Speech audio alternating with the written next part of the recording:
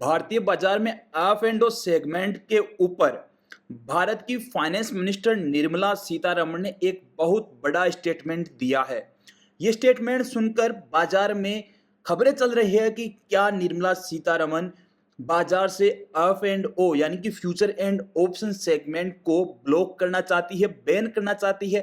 क्या रिटेलर्स और आम जनता के लिए फ्यूचर एंड ऑप्शंस अब बैन होने वाले हैं?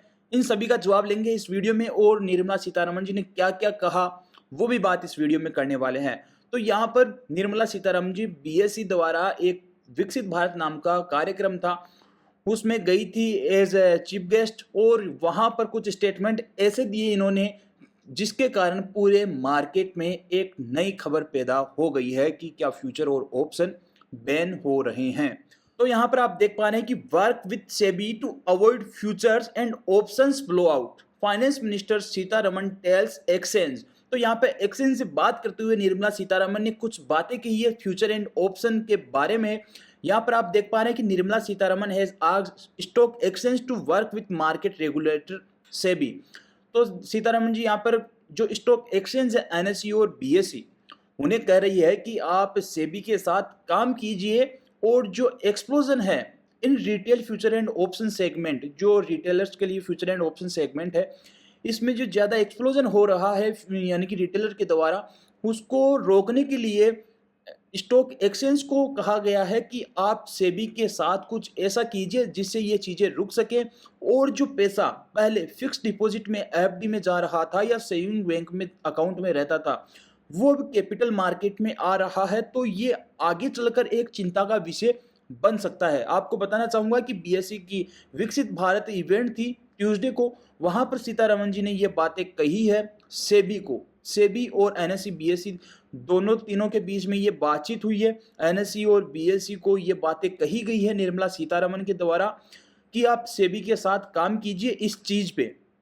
जिसके कारण आगे चलकर इन्वेस्टर्स का जो कॉन्फिडेंस है वो डाउन ना हो, और कोई भी uncheck explosion in trading of retail future and option can create future challenges.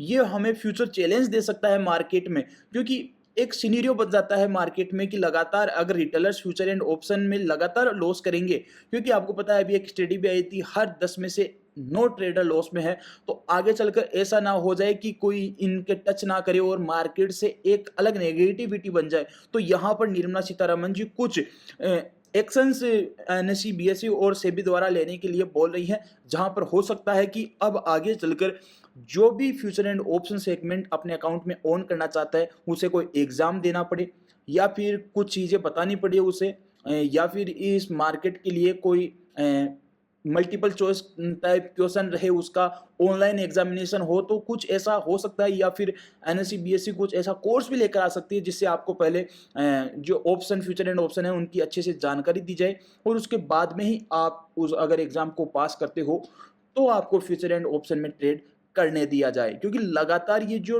Loss करने वाले लोग बढ़ रहे हैं, यहाँ पर एक सेबी की रिपोर्ट में भी आया था कि 9 out of 10 individual traders in equity F and O segment incur net losses. तो यहाँ पर आप देख पा रहे हैं, जिसके बाद जो सेबी की चेयरमैन है वो सरप्राइज भी रह गई थी ये नंबर देख के कि इतने ज़्यादा लॉस होने के बाद लगभग 100 ट्रेडर्स में से 90 लॉस में होने के बाद भी लगातार इन्वेस्टर्स द्वारा फ्यूचर एंड ऑप्शन में ट्रेड करना जारी रखा गया है।